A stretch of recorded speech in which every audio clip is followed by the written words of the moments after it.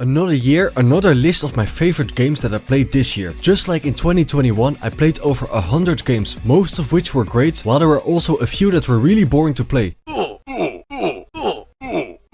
In 2022, I actually played some games that were released this year, such as Teenage Mutant Ninja Turtles Shredder's Revenge, which is among the best beat-em-up games I've ever played. That is a blast to play with friends. Neon White that has a terrible story, but it makes up for this by having an incredible soundtrack, distinct pleasing to look at art style and addictive gameplay, where I always wanted to get that ace medal. And Vampire Survivors, which doesn't look fun to play, but control it yourself and you get hooked in seconds. At least that was the case for me. The Cuphead DLC has finally been released in 2022, and if it was a full-fledged sequel, it would have easily made the top 10. A game that I haven't played yet, which you might expect in this year's list, given that I am a From Software fan, is Elden Ring. I do have the game for the PlayStation 5, but I don't have the console yet. Still, I am not necessarily in a rush to play it, as I know that it will be an amazing experience. So when the time comes, I will play it. And there's no doubt in my mind that it will claim the #1 spot once I finally decide to play it. Given that I played over 100 games this year, there are lots of great titles that didn't make it into my top 10. This includes Hyper Light Drifter, which has an amazing world to discover while having no dialogue whatsoever. The first Yakuza game on the PlayStation 2 that might not be as over the top as later installments, but still has an amazing story to tell that had me hooked and made me eager to play the sequels. Gunstar Heroes, which has aged incredibly well as it has intense and engaging combat that is accompanied by a soundtrack that is sure to keep you motivated to take on all of the challenges the game throws at you. And the last game I want to mention is Dead Cells, a roguelike with a rewarding gameplay loop that allows you to unlock more items, weapons and healing items that will help you to get further and further each run, ending with you claiming your first successful run, which is just where the fun begins. Now with that out of the way, it is time to reveal the game that ended up at number 10 this year.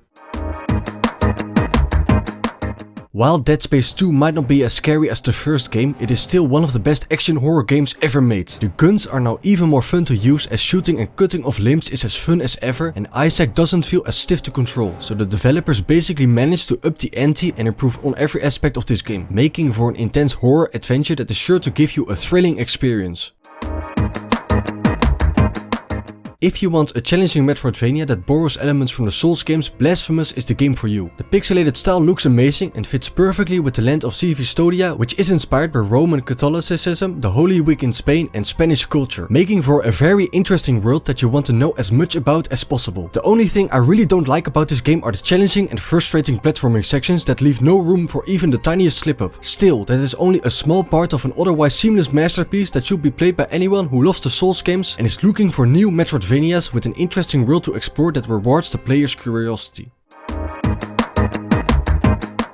Obsidian does what Bethesda is unable to do nowadays and managed to create a game with a living and breathing world, where your actions actually matter and the characters and factions are much more fascinating. While at first I was just planning on doing the main quests, I ended up thoroughly exploring the planets to see what secrets were waiting for me, and I made sure to carefully consider my actions, as I didn't want to make long-lasting mistakes that would negatively affect those I had grown to care about, which is a great example of just how immersive the Outer Worlds is.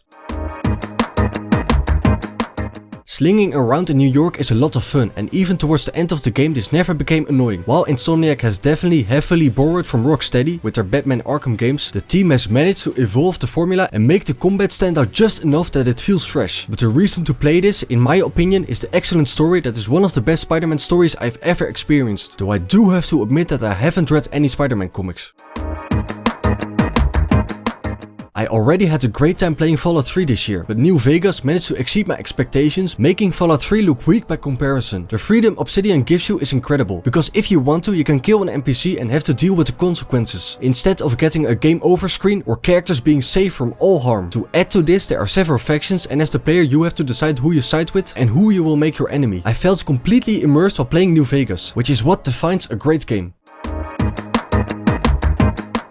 Out of all games I played this year, Slide 2 Band of Thieves is easily the most stylish, thanks to the cartoon-like art style combined with the noir atmosphere and amazing fitting soundtrack. Pulling off big heists and collecting all clue bottles is a lot of fun, even though it does become a bit repetitive towards the end of the game. Definitely give this game a go if you still have a PlayStation 2 lying around.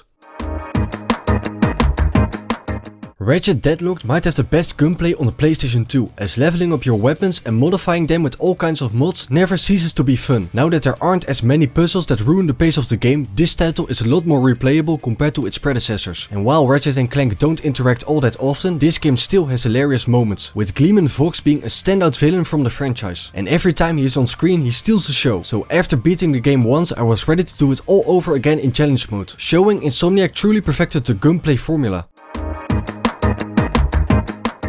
Devil May Cry 3, and in particular the special edition, has some of the most over-the-top testosterone-filled action I've ever experienced in a game. As Dante, you can perform stunning combos to defeat powerful demons. Pulling off these combos never becomes boring, making for a game that is fun to play from start to finish. Not only thanks to the great combat, which has a variety of weapons for you to try, but also thanks to the standout characters, of which there are just 4. Dante, Virgil, Lady and Arkham. But these 4 characters are so memorable and have interesting motivations that the cutscenes are very entertaining to watch as you wonder what will happen next. This game has aged incredibly well, and I am sure that it will still be fun to play 10 years from now.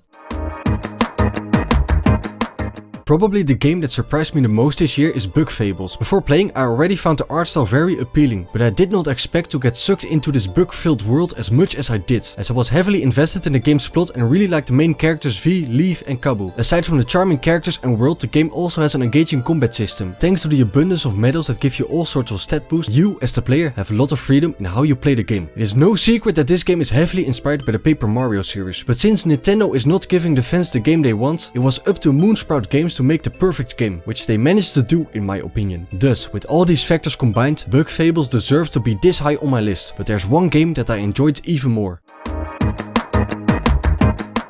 Enter the Gungeon is easily the game that I have played the most this year, and for a good reason, as the roguelite gameplay loop is very addictive. Thus, I often told myself to just do another run, and before I knew it I was playing for another hour. I can't think of anything that this game does poorly. I love the 8-bit art style, the soundtrack is amazing, each playable character offers something new, allowing players to experiment and find the playstyle that works for them. The variety of guns and gun puns is astonishing and gives the game a unique personality, and in addition to that, all bosses and enemies are varied and are a joy to fight. Discovering what is in the next room is always great, and clearing a room without getting hit is really rewarding. So as I had such a great time playing this game, there was no doubt in my mind that Enter the Gungeon would claim the #1 spot.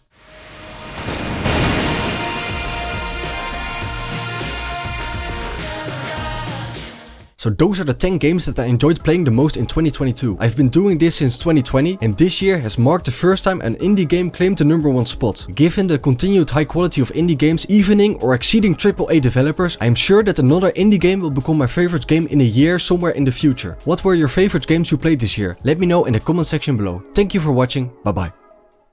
I guess I'll see you around. We accomplished a lot together. It was fun. Take care.